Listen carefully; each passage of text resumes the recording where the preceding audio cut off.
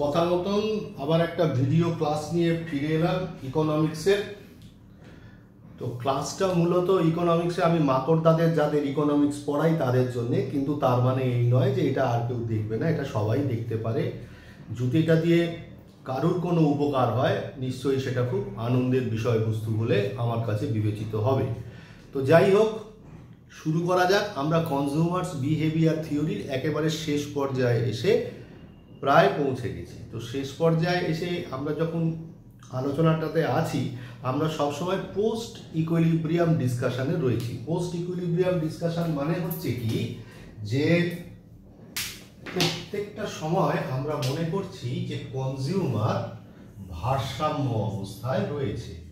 সেটা budget line এরকম হোক বা বাজেট লাইন এরকম সমান্তরালভাবে সরে যাক, সব সময় মনে করছি যে কনজিউমার ভারসাম্য অবস্থায় রয়েছে। That is post equilibrium discussion.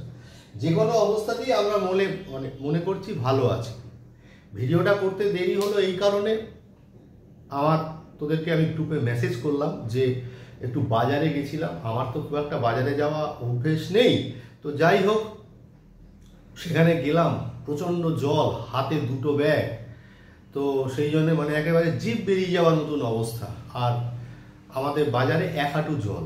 তাহলে তাতেও কি হচ্ছে, আমরা তো সবাই 1.5 মাস 2 মাস ধরে এভাবেই রয়েছি, মেনে নিয়েছি। তার মানে আমরা মনে করছি আমরা এতেই ইকুইলিব্রিয়াম অবস্থায় রয়েছি। তাহলে দিস ইজ কল্ড হচ্ছে ইকুইলিব্রিয়াম, এই জায়গাটা। ঠিক আছে, আমরা 1 বাই 1 ডিসকাশনে আসি। আমরা এর আগে দাম প্রভাব দেখেছিলাম। দাম প্রভাবে কি বলেছিলাম, যে দুটো দ্রব্য আমার কাছে রয়েছে, এক্স আর ওয়াই। এই দুটো দ্রব্যের মধ্যে আমি মনে করলাম যে কনজিউমার এর ইনকামটা কিপিং কনস্ট্যান্ট রয়েছে। এক্স দ্রব্যের দাম যদি কমে যায় তাহলে ক্রেতা কি করবে, এক্স দ্রব্যের চাহিদা বাড়াবে, আর ওয়াই দ্রব্যের দামটা স্থির আছে। তাহলে সেক্ষেত্রে আমরা যখন দাম প্রভাব ডিসকাস করেছিলাম, দাম প্রভাব ডিসকাস করবার সময় কিরকম দেখেছিলাম, দাম প্রভাব ডিসকাস করবার সময় এইরকম দেখেছিলাম, এক্স ওয়াই, এই একটা বাজেট লাইন, এই একটা বাজেট লাইন, এই একটা বাজেট লাইন। কি হচ্ছে, এবি, AB1, AB2। ঠিক আছে, এবারে নিরপেক্ষ রেখা, কারণ ক্রেতা স্যাটিসফ্যাকশন বোঝাচ্ছে, IC1, IC2, IC3। তাহলে এই জায়গাটাকে আমরা যেটাকে বলে থাকি যে চাহিদা রেখা ঢালের পরিবর্তন, বাজেট রেখা সেটাই শো করছে, তাই না? আর ধর এখানে একটা ইকুইলিব্রিয়াম পয়েন্ট হচ্ছে E1, এখানে একটা ইকুইলিব্রিয়াম হচ্ছে E2, এখানে একটা ইকুইলিব্রিয়াম পয়েন্ট হচ্ছে E3। অর্থাৎ এখানে বাজেট রেখার ঢাল আর নিরপেক্ষ রেখার ঢাল, মানে MUX বাই MUY সমান সমান PX বাই PY, মানে সেটা E1, E2, E3 তে রয়েছে। এর ভেতর দিয়ে আমরা যদি একটা দাগ টানি, তাহলে এখান থেকে কি দেখতে পাবো, এতটা এক্স ভোগ করেছি, মানে এক্স এর ভোগের পরিমাণ আগের চাইতে বেড়েছে, তাই না? এবং এক্স এর ভোগের পরিমাণ বেড়েছে কেন, এক্স দ্রব্যের দাম কমেছে তাই। এবং এর ভেতর দিয়ে যদি আমরা একটা রেখা চালিয়ে দিই, সেটাকে আমরা বলবো হচ্ছে প্রাইস কনজাম্পশন কার্ভ বা PCC রেখা। ঠিক আছে, প্রাইস কনজাম্পশন কার্ভ, এটাই হচ্ছে প্রাইস কনজাম্পশন কার্ভের মূল বৈশিষ্ট্য। মানে আমরা যদি দাম প্রভাব জানি, তাহলে প্রাইস কনজাম্পশন কার্ভ বুঝতে আমাদের কোনো সমস্যা হবে না। এবার না, প্রাইস কনজাম্পশন কার্ভের বিভিন্ন অবস্থাগুলোকে একটুখানি সুন্দর করে দেখার চেষ্টা করি, আর তার এগেনস্টে না একটা বেশ সুন্দর করে বক্স তৈরি করি, যাতে করে আমাদের বুঝতে সুবিধে হয়। কিরকম, আগে বক্সটা করি, তারপরে ছবিটা আঁকবো। ধর এখানে লিখলাম প্রথম ফিগার, তারপরে লিখলাম PX, তারপরে লিখলাম DX, তারপরে লিখলাম PY, তারপরে লিখলাম DY, হলো? তারপরে লিখলাম কমেন্ট, হলো? ধর যদি কোনো দ্রব্যের দাম কমে, ধর দাম কমছে, তাহলে এইরকম অ্যারো সাইন ইউজ করব। কোনো জিনিস যদি বাড়ে, এরকম অ্যারো সাইন ইউজ করব। আর কোনো জিনিসের যদি পরিবর্তনই না হয়, তাহলে এইরকম সাইন ইউজ করব, মানে কিপিং কনস্ট্যান্ট। একটা ছবি আঁকি প্রথমে, কিরকম, ধর এটা ফিগার 1, মুখস্থ করার কোনো প্রশ্নই ওঠে না, জাস্ট দেখবো তাহলেই হয়ে যাবে। এই বাজেট লাইন, এই একটা প্রাইস কনজাম্পশন কার্ভ আমরা টানলাম। কি হচ্ছে দেখ, তাকিয়ে দেখ, x1 x2 x3 মানে x দ্রব্যের চাহিদা বেড়েছে। কেন? x দ্রব্যের দাম কমেছিল বলে। তো এটাকে মনে করলাম ফিগার 1। x দ্রব্যের কি হয়েছে? দাম কমেছে, তাহলে সেই জন্য x দ্রব্যের চাহিদা বেড়েছে। x দ্রব্যের দামে কোনো পরিবর্তন নেই, কিপিং কনস্ট্যান্ট। আর x দ্রব্যের তুই দেখ y দ্রব্যের চাহিদা কিন্তু আগে চাইতে কমে গেছে, y দ্রব্যের চাহিদা কমে গেছে। y দ্রব্য নিয়ে আমার ভাববার কোনো অবকাশ নেই। কেন? y দ্রব্যের যেহেতু দামের পরিবর্তন হচ্ছে না, সেই জন্য ওকে নিয়ে আমার ভাবতে হবে। তার মানে x হচ্ছে কিরকম দ্রব্য? দু ধরনের দ্রব্য প্রাইস এফেক্টের সময় বলেছিলাম, একটা গিফেন, একটা নন গিফেন। তার মানে এখানে চাহিদার সূত্র কার্যকর হচ্ছে, তাহলে x হচ্ছে নন গিফেন। x হচ্ছে নন গিফেন গুডস, এটা জি, এটা হচ্ছে নন গিফেন দ্রব্য হলো। তাহলে এটা ফিগার 1। এবার ফিগার 2 তে কি করব? ফিগার 2 তে যেটা করব সেটা হচ্ছে কি, যে আবার একটা অন্য ছবি আঁকবো। ধর ছবিটা আঁকলাম এই রকম,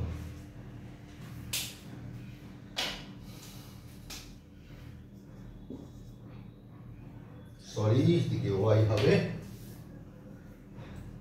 এবার ধর ছবিটা আঁকলাম এরকম,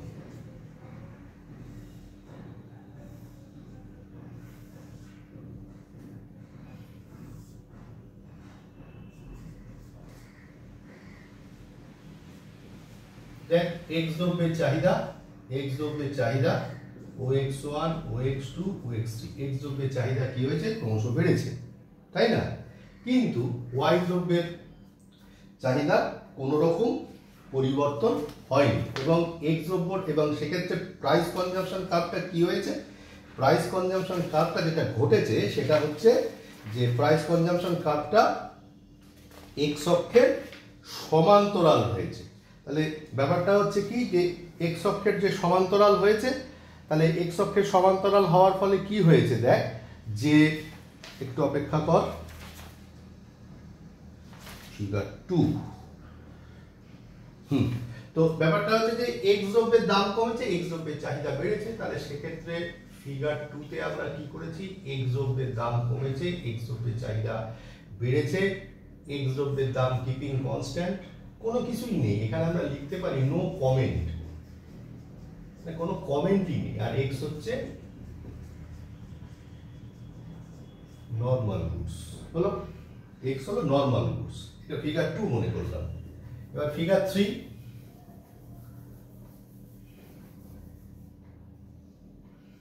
ফিগার 3 তে ছবিটা যদি এরকম হয়, এই রকম ছবি হলো। এবার লক্ষ্য করে দেখ, x দ্রব্যের কিন্তু চাহিদার কোনো পরিবর্তন হয়নি, মানে এটা হচ্ছে ফিগার 3। x দ্রব্যের দাম কমেছে, কেন? বাজেট লাইন সরেছে মানে দাম কমেছে, বাট x দ্রব্যের চাহিদা স্থির। py তো আগে থেকেই কিছু নেই, তাহলে এখানে কোনো x, আমি y দ্রব্য নিয়ে কোনো মন্তব্যই করবো না। তাহলে x এখানে কিরকম দ্রব্য হচ্ছে? x এখানে হচ্ছে নিউট্রাল গুডস, মানে নিরপেক্ষ দ্রব্য। x সমান সমান নিউট্রাল, x হচ্ছে নিউট্রাল গুডস, মানে x দ্রব্যের দাম কমে যাওয়া সত্ত্বেও x দ্রব্যের চাহিদার কিন্তু কোনো পরিবর্তন হয়নি। তাহলে 3 নাম্বার ছবি হয়ে গেল, হলো।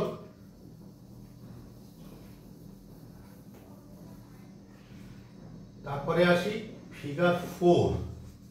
4 নম্বর ছবি কেমন হবে? 4 নম্বর ছবি যেটা হতে পারে সেটা হচ্ছে কি, যে যেটা আমরা প্রথম ছবিটা এঁকেছিলাম, এরকম এরকম এরকম দুটো বাড়ছে। তাহলে কি হচ্ছে দেখ, x দ্রব্যের চাহিদা বাড়ছে, তার মানে x দ্রব্যের দাম কমেছে, x দ্রব্যের চাহিদা বাড়ছে, py কিপিং কনস্ট্যান্ট, কোনো মন্তব্য নেই, x হচ্ছে নরমাল গুডস। ঠিক আছে। লাস্ট অফ অল 5 নম্বর ছবি, ফিগার 5। ফিগার 5-এ ছবিটা আমরা কিরকম আঁকবো দেখ, budget line, budget line, budget line. এবার না আমাদের কি হয়েছে, প্রাইস কনজাম্পশন কার্ভটা এরকম সরে গেছে, তুই লক্ষ্য করে দেখ। এক্স দ্রব্যের দাম কমা সত্ত্বেও এক্স দ্রব্যের চাহিদা কমে গেছে, বাঁদিকে সরে আসছে। তাহলে এক্স দ্রব্যের দাম কমেছে, এক্স দ্রব্যের চাহিদা কমে গেছে, পিওয়াই কিপিং কনস্ট্যান্ট, কোনো মন্তব্য ডিওয়াই কি হয়েছে, এখানে ওয়াই দ্রব্যের চাহিদা বেড়েছে, কোনো মন্তব্য নেই। আর এক্স হচ্ছে কি, এক্স হচ্ছে এখানে গিফেন গুডস, মানে কোনো দ্রব্যের দাম কমে যাওয়া সত্ত্বেও যদি সেই দ্রব্যের চাহিদা কমে যায় তখন সেই দ্রব্যকে বলা হবে গিফেন গুডস। তাহলে এই হচ্ছে প্রাইস কনজাম্পশন কার্ভ। মনে হয় বুঝতে কোনো সমস্যা হওয়ার কথা নয়, ঠিক যেভাবে বুঝিয়েছি নোটসটা ঠিক আমি তোদের গ্রুপে সেভাবেই দেব।